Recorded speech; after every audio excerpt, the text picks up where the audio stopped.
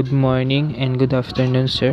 We are the group Alpha that will discuss about the transnational crime. And this is the group members of group Alpha. And this is the topic outline that we will discuss.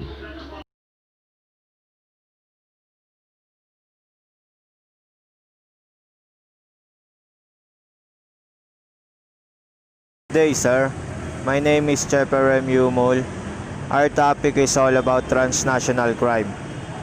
My report are: number 1, transnational crime definition; number 2, distinguish the transnational crime to international crime; and the last one is example of transnational crime.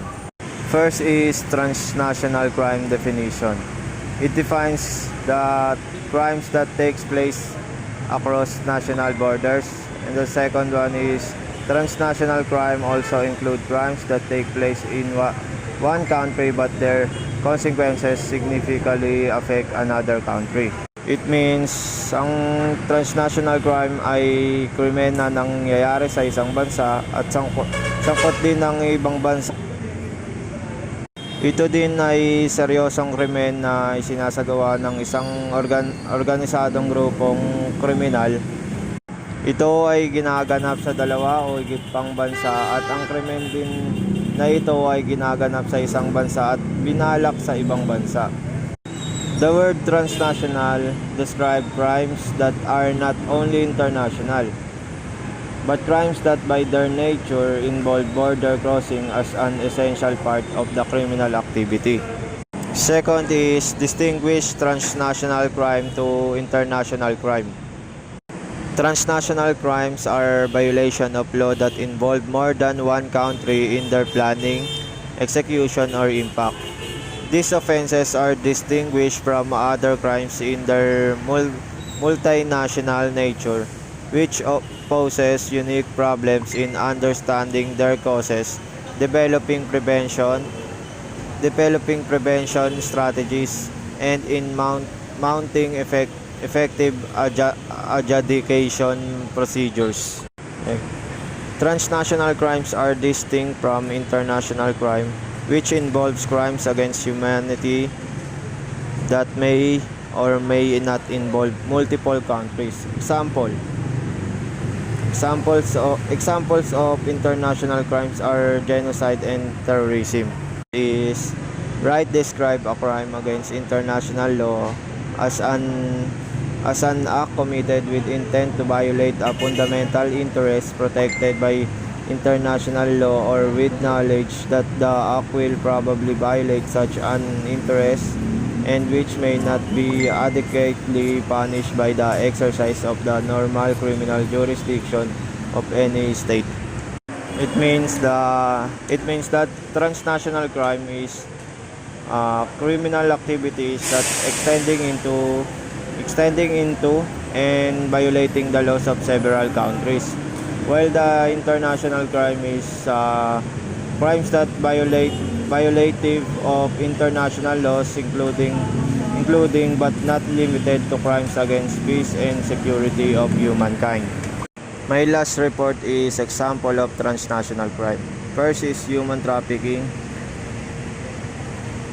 Pangangalakal sa paraang legal o illegal na tao, particular nilang biktima ay kabataan at kababaihan sa ibang bansa na hindi kagustuhan ng biktima. Ginagamitan ng dahas, pananakop at pangalipin. Second is people smuggling or smuggling, trafficking of and smuggling or trafficking of goods.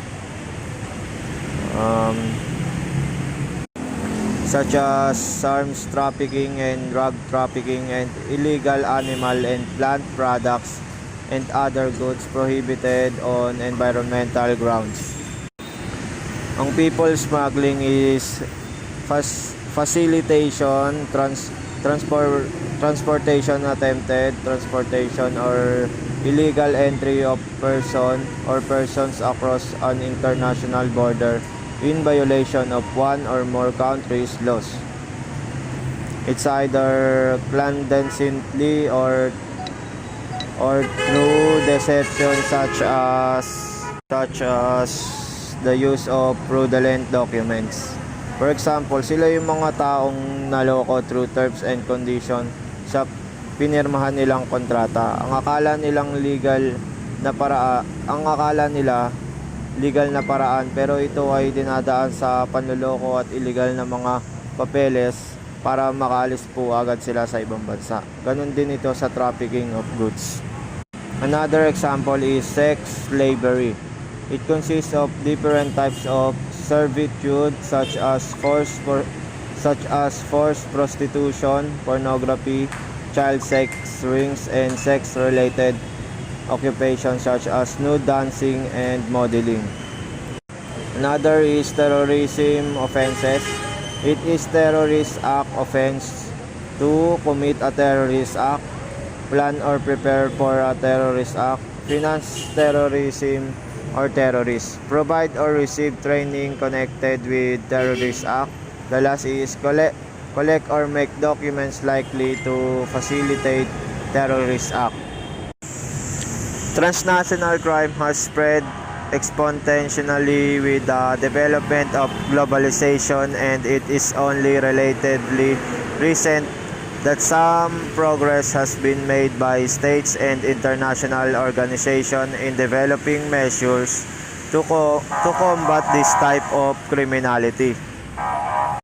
Globalization is not all about its advancement and advantage, but rather it brought this as a challenge because of interaction and integration among people and nation. That's all, sir. Thank you. The next reporter will be Palakpak. Good morning and good afternoon, sir. And I'm John Patrick B. Palakpak from CR31 and a group of Alpha that will discuss about the terrorism and up to revolutionary terrorism. First, the terrorism that use or threatened use of force designed to bring about a political change constitutes that legitimate or use of force to achieve political objective by targeting innocent people. Terrorism is any act intended to cause death or serious bodily harm to civilians or non-combatants with the purpose of intimidating a population or compelling a government or an international organization to do or abstain doing or any act. Terrorist, the one who does all acts of terrorism. Terrorist groups and any organization that engage in or had engaged in the terrorist activity. This includes not only the violent groups but legitimate groups that fund terrorist operations. And also we have a terrorist acts. Any act that is unlawful involves the use of threatened use of violence of force against the individuals or property is designed to coerce a government or society and supports a political, ideological, or religious objectives. Ayun na, in terrorism, no? And may example lang ko about dito sa terrorism in our country is sa NPA or yung sa Marawi, kung ano nangyari sa Marawi, di ba? Yung sa Marawi naman, yung mga terrorists na nagsusupport yung mga tiga-ibang bansa para labanan yung government natin, para pabagsakin, di ba?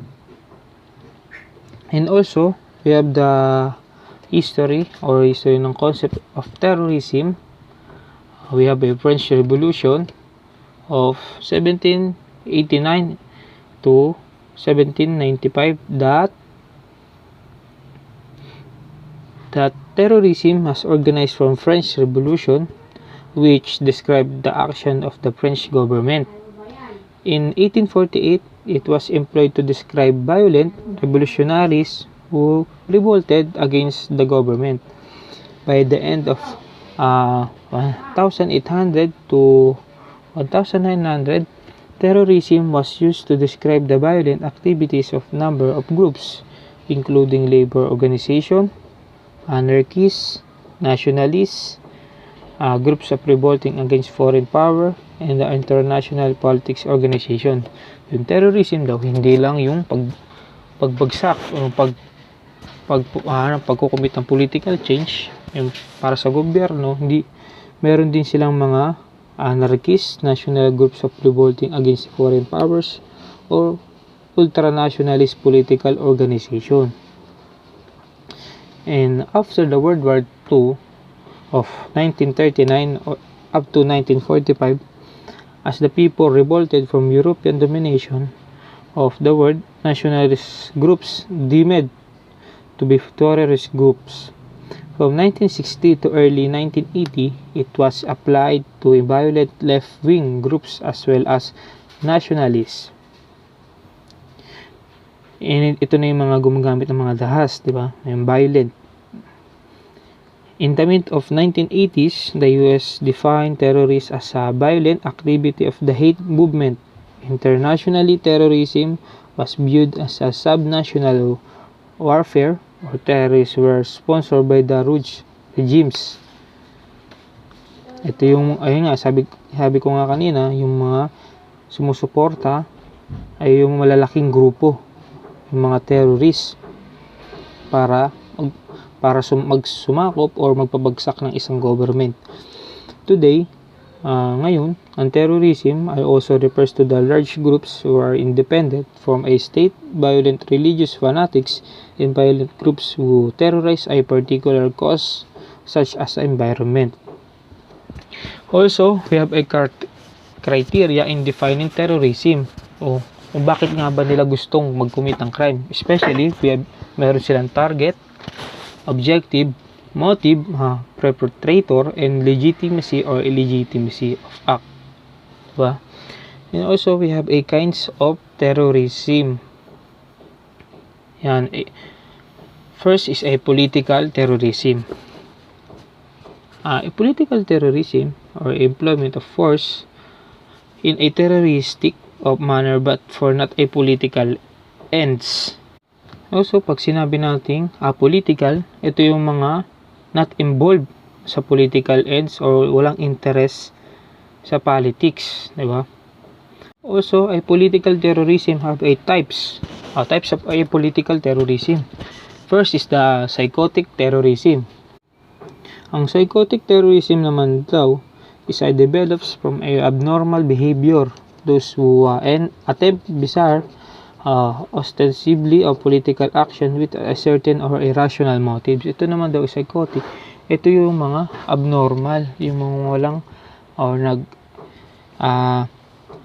yung from abnormal behavior, kaya sila nakakapag-attempt ng crime against the government or political action with the uncertain or irrational motives.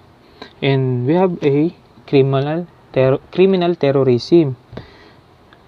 That criminal terrorism systematic use of terror or material gain. That primary manifestation of force in this form of terrorism include kidnapping, extortion, gangland, assassination of murders.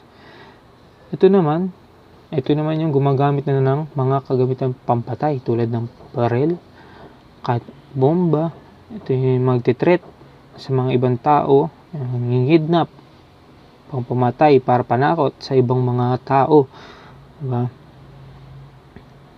And we have a mystical terrorism, involves the use of lethal force against the symbolic victims to influence or invoke supernatural powers. Or mysticism plays a part in both instigation or terrorist in the enhancement of effect. Ito naman, kanina sa criminal terrorism, gumagamit ng dahas, so gumagamit ng mga baril, material para makapatay. Ito naman, sa mystical terrorism, ginagamit lang kung may kidnap sila ng isang tao na makakaudyok. For example na lang is yung mga kinidnap nila yung mga senador, yung mga matataas na opisyales upang maka-invoke gagamitin yung power upang masakop nilang isang gobyerno, di ba? Yun. And we have a revolutionary terrorism. Revolutionary terrorism is a primary purpose of is the destabilize and topple the incumbent regime, replacing it with a political apparatus more acceptable to revolutionaries. Kung sinabi naman natin revolutionary terrorism, ito yung mga nagbabago-bago yung mga tactics, kung ano yung ginagawa, di ba? That's all. And Gio Mangalindan or Christian Gio Mangalindan will discuss about the terrorism, about the state of terrorism.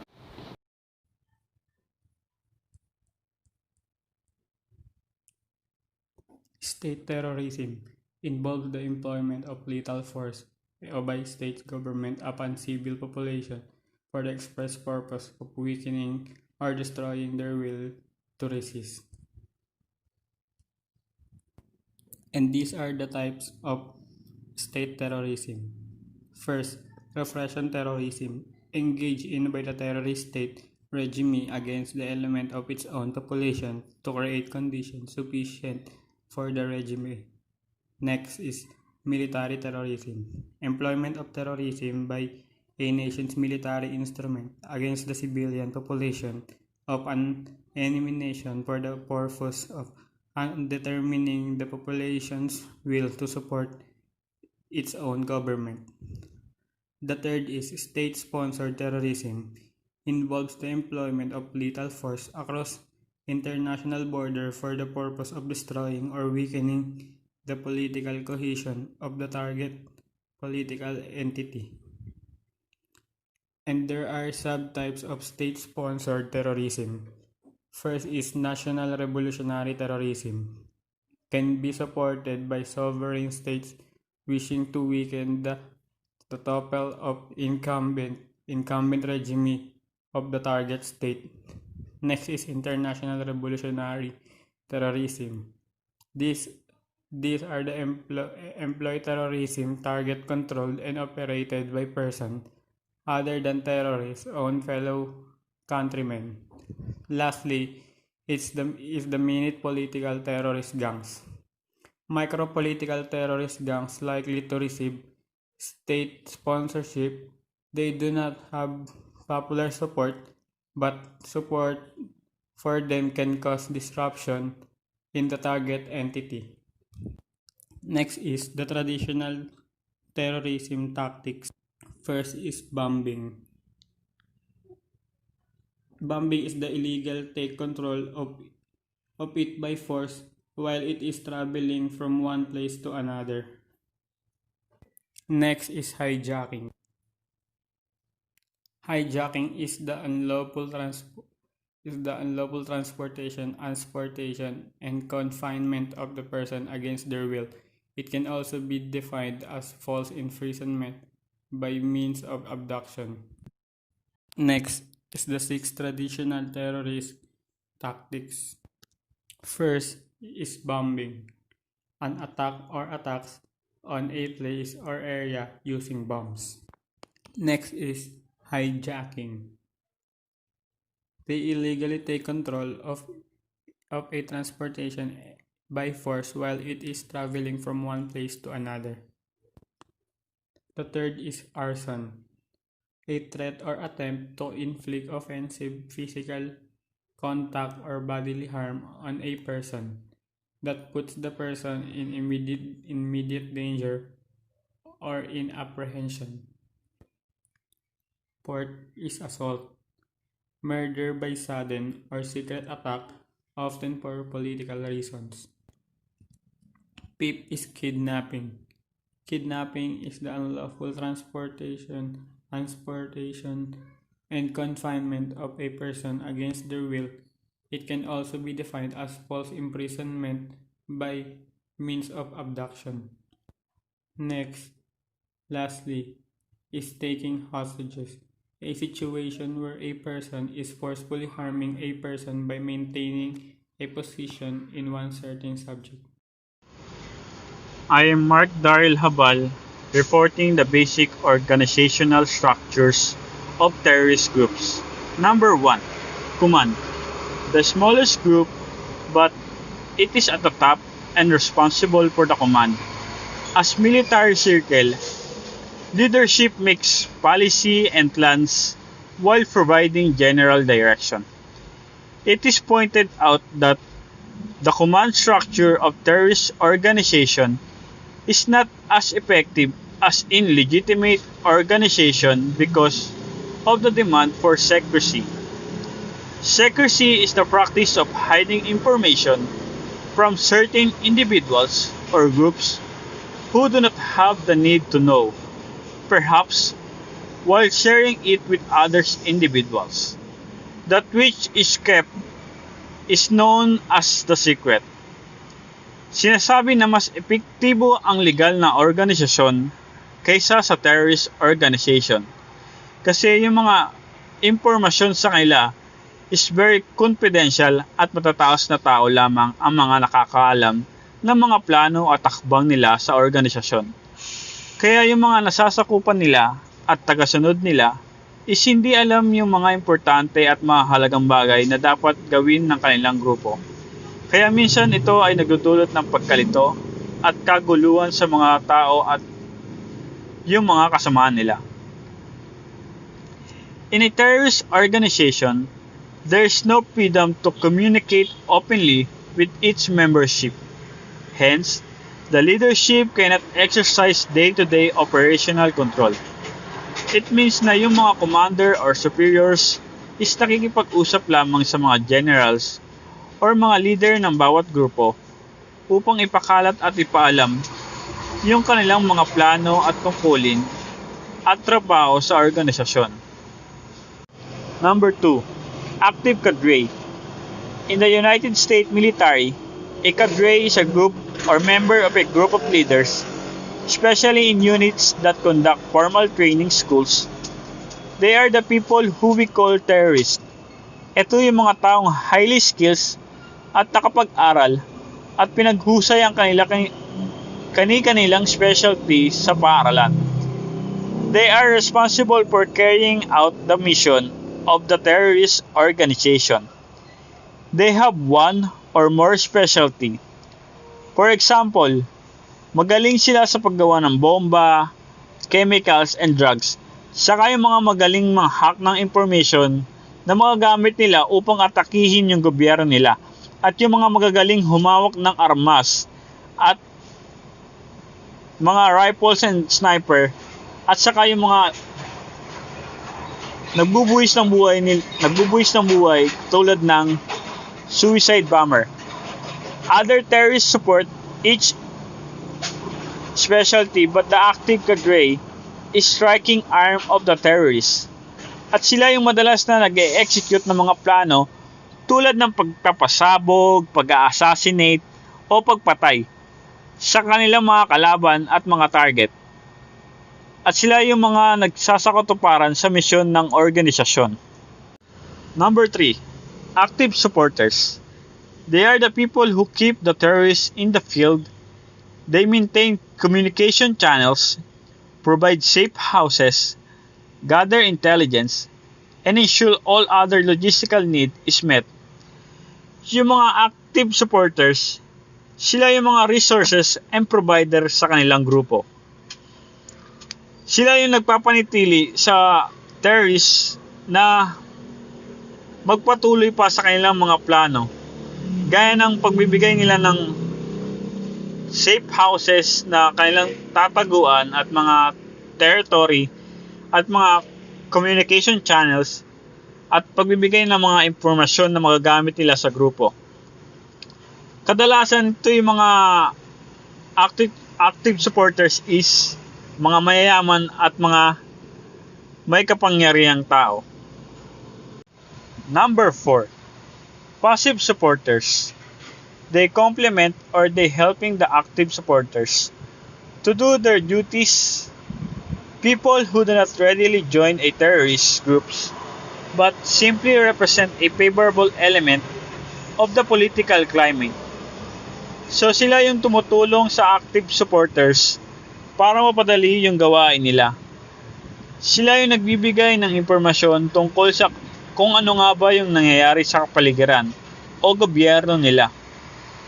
The political climate is the aggregate mood and opinions of a political society at a particular time.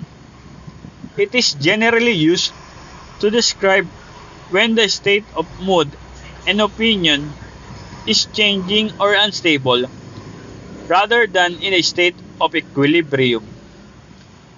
Many times the terrorists or other terrorists, they were used without their knowledge.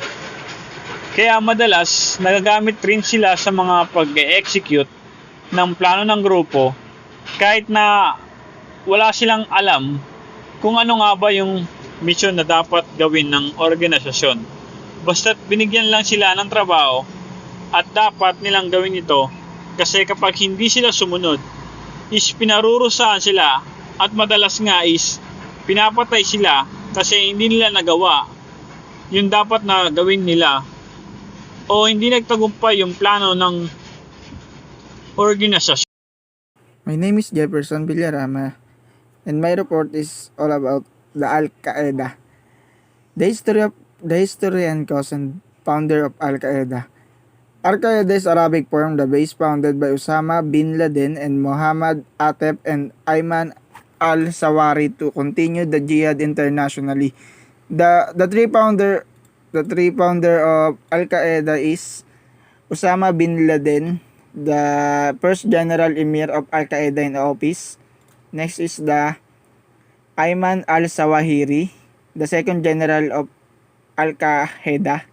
Next is the Abdullah Yusuf Assam, the co-founder of Al-Qaeda. Next is the history of Al-Qaeda. Al-Qaeda began as logistical network to support Muslims fighting against the Soviet Union during the Afghan War. Members were recruited throughout the Islamic world when the Soviets withdrew from Afghanistan in 1989. The organization dispersed but continued to oppose what its leader considered corrupt Islamic regimes and foreign presence in Islamic lands. Based in Sudan, for a period in the early 1990s, the group eventually reestablished its organizational structure of Al-Qaeda.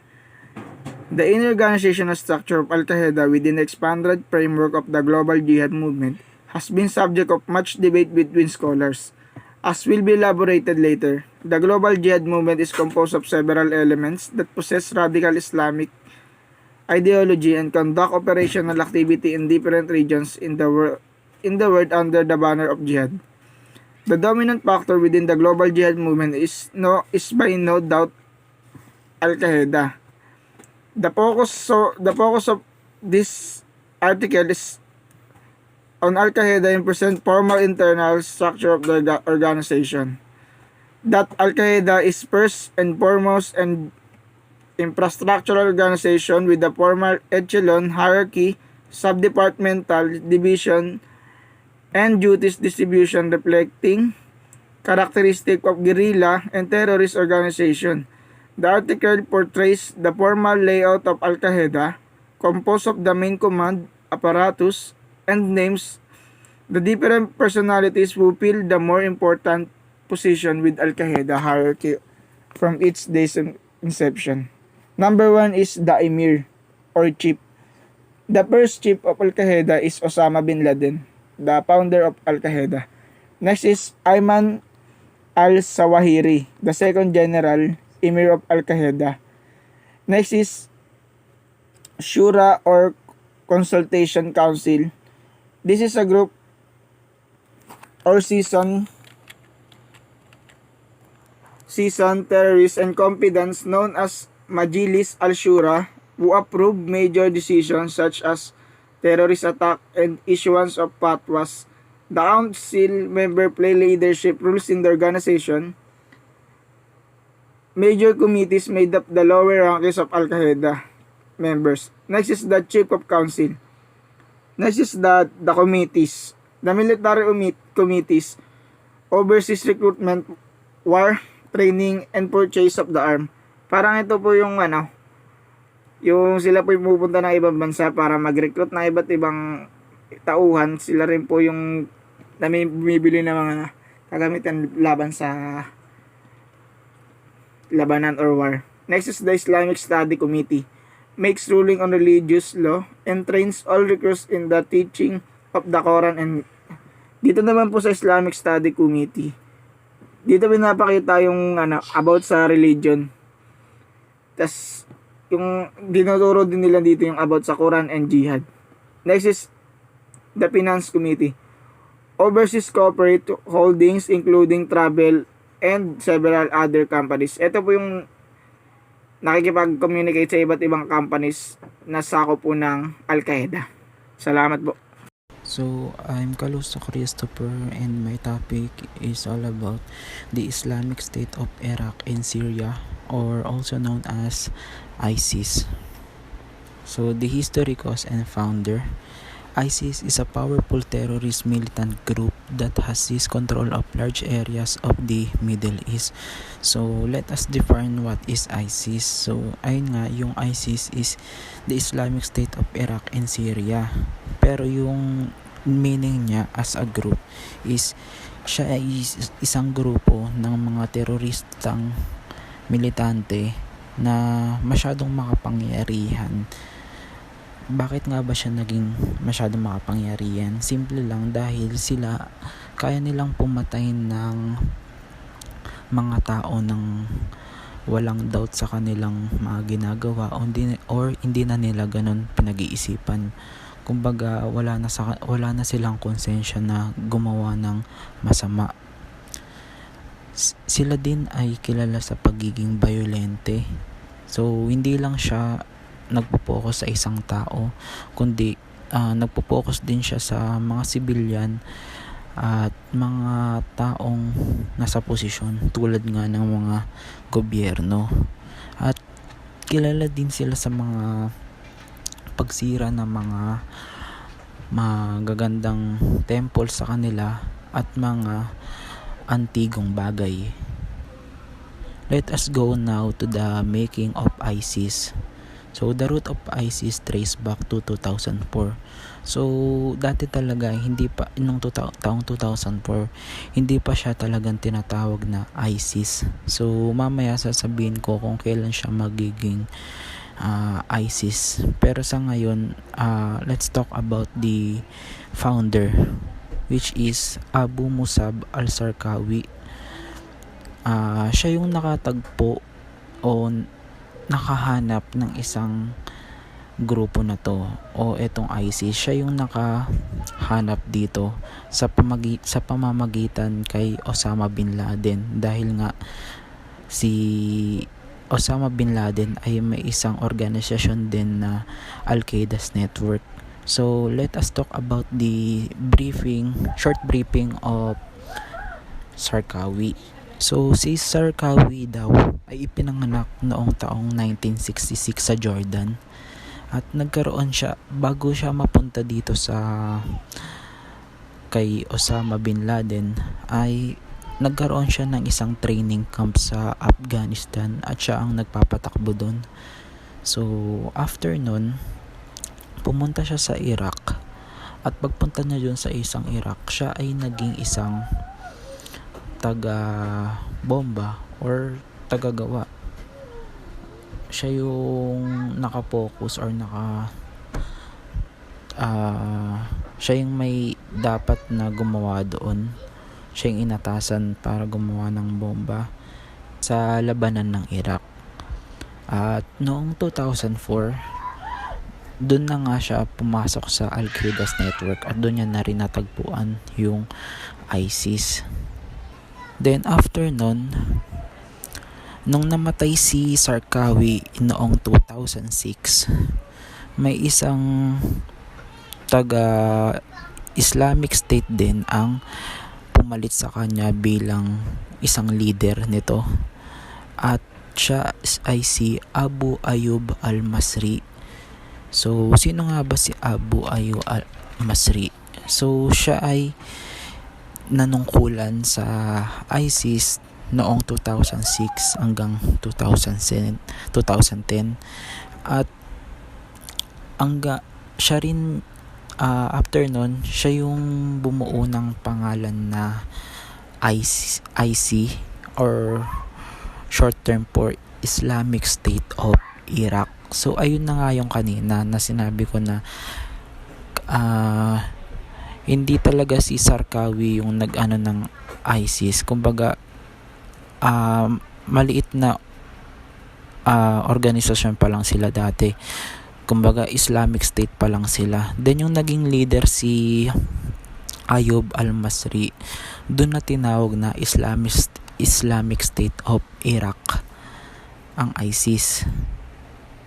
And then lumipas ang taon, nagkaroon ng civil war sa bansang Syria laban sa Islamic State of Iraq. Then after nila maglaban, nagkaroon sila ng parang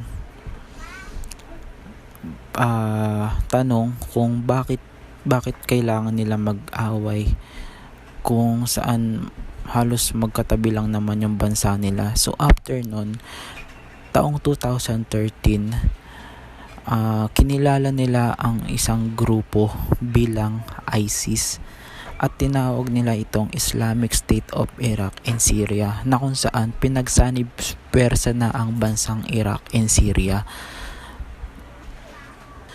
At doon na lumago ang mga grupo ng ISIS. So, I am John Patrick M. Cruz, and I am tasked to report about the legal framework and investigation of the crime of terrorism. So, the legal definition of terrorism under the Republic Act number 9372, or an act to secure the state and protect our people from terrorism, or otherwise known as the Human Security Act of 2007, it defined terrorism as any person who commits an act punishable under any of the following provisions of the revised penal code. So, the terrorism does not have an absolute cause. So, there are provisions in the RPC that punishes the acts connected or can produce the element of terrorism. So, first is the Article 122, or the piracy in general and mutiny in the high seas of the Philippine waters.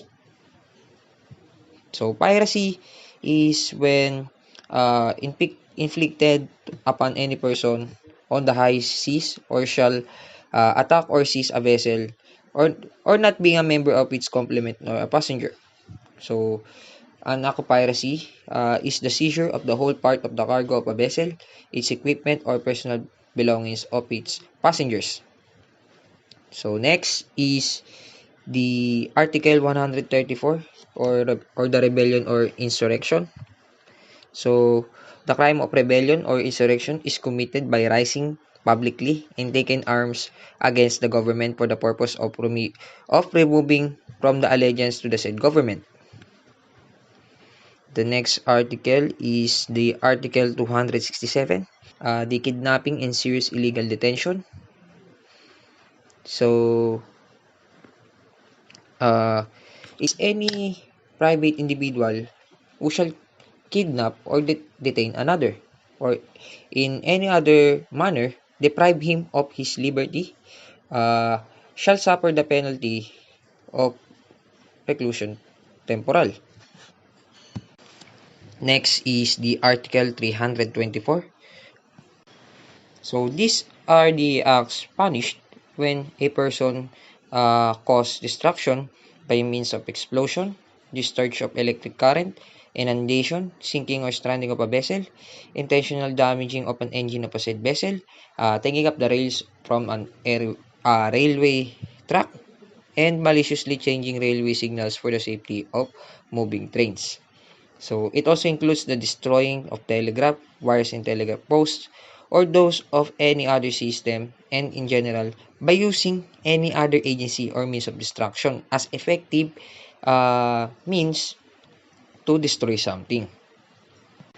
So, in the crimes involving destruction, It also involves the Presidential Decree number 1613 or the Law on Arson. So, a terrorism can constitute an act from arson.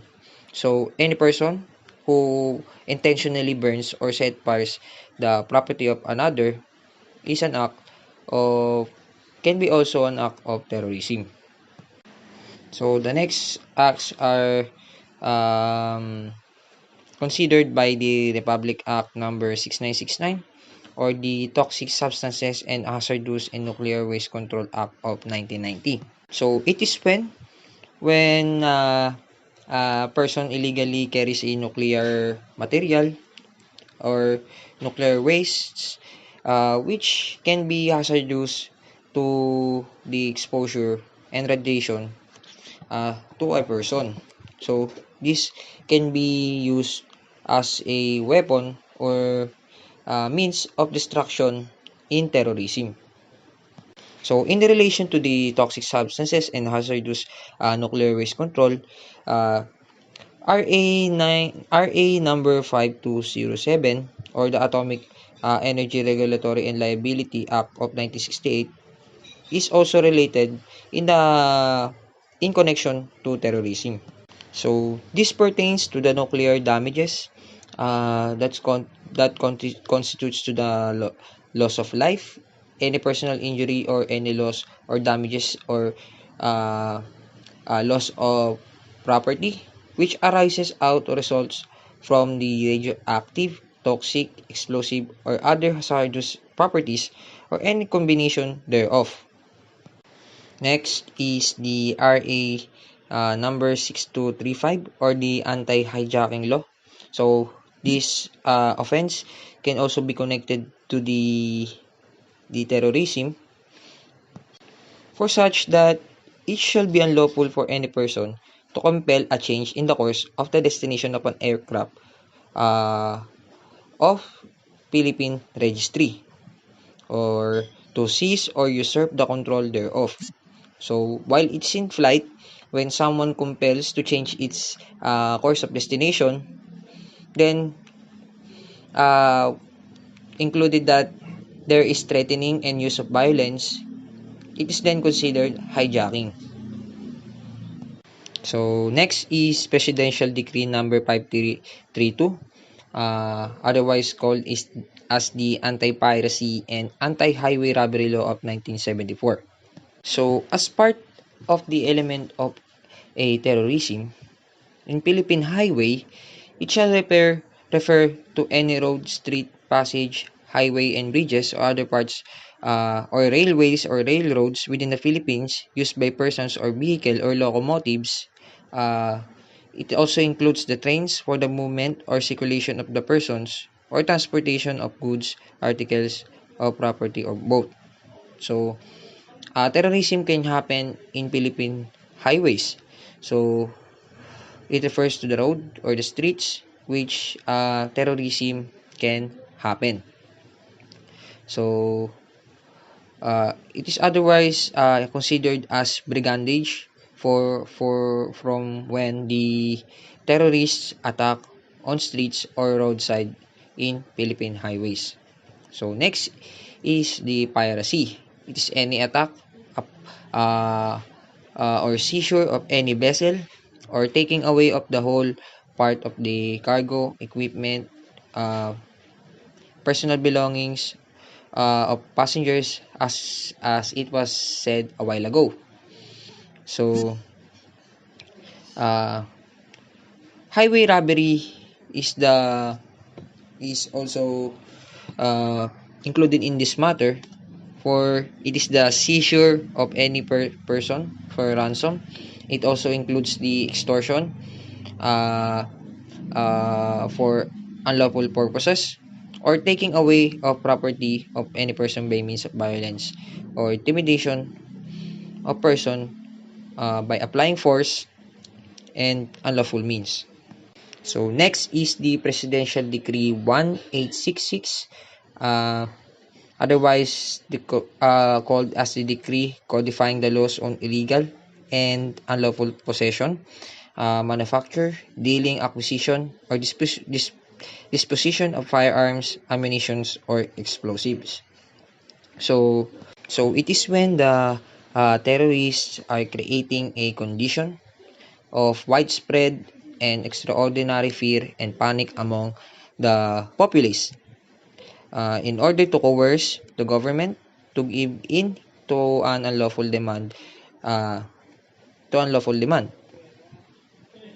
So the objective of terrorists in this such act is to use violence by means of disposition of firearms and the use of explosives. So additional, in the Article 134A of the Revised Penal Code, coup d'etat is considered one of the elements of terrorism. So it is a swift attack accompanied by violence, intimidation, threat, strategy, or stealth. It is directed against duly constituted authorities of the Republic of the Philippines or any military camp or installation, communication networks, public utilities, or other facilities needed for the exercise and continued possession of power. So it is included also the Article 267, which is the serious illegal detention, which pertains to uh, any private individual who shall kidnap or detain another or in any other manner depriving him, the person, of his liberty. So next is who are liable for the commission of terrorism. So under the section 4 of the Republic Act 9372, especially in the section 4, the conspiracy to commit terrorism. So the persons who conspire to commit the crime of terrorism shall suffer the penalty of 40 years of imprisonment. So the penalty of 40 years of imprisonment are for the principal characters of the terrorism or the conspirators. So next is the accomplice. As stated under the section 5 of this act, so it is any person who not being a principal under the Article 17 of the Revised Penal Code or a conspirator as defined in section 4 thereof cooperates in the execution of either of the crime of terrorism or conspiracy to commit uh, terror, terrorism by previous or simultaneous act, and they shall suffer the penalty from 17 years, 4 months, and 1 day to 20 years of imprisonment. So last is the accessory. So under the section 6 of this act, any person who having the knowledge of the commission of the crime of terrorism or conspiracy to commit terrorism and without having participated therein, either as principal or accomplice under the Article 17 and 18 of the Revised Penal Code, takes part subsequent to its commission in any of the following manner. So first, the accomplice is profiting himself or assisting the offender to profit by the effects of the crime. Second, by concealing or destroying the body of crime or effects or instruments thereof in order to prevent its discovery. Third, by harboring, concealing, or assisting in the escape of the principal or conspirators of the crime. So, if these three circumstances are present to an accessory of the crime of terrorism or conspiracy to commit crime of terrorism, he shall suffer or they shall suffer the penalty of 10 years and 1 day to 12 years of imprisonment. For the conclusion, we therefore conclude that transnational crime is a growing problem. Transnational crime is a self-perpetuating associations of individuals who operate transnational for the purpose of obtaining power, influence, monetary, and or commercial gains, wholly or in part by illegal means, while protecting their activities through a pattern of corruption and or violence, or while protecting their illegal activities through a transnational structure and the exploitation of transnational commerce or communication mechanisms. With the emergence of globalization, transnational crimes present threats which the modern policing is coping up with. As time passes by, transnational crimes are also evolving, giving opportunities for organized crime and new forms of cooperation between organized crime groups.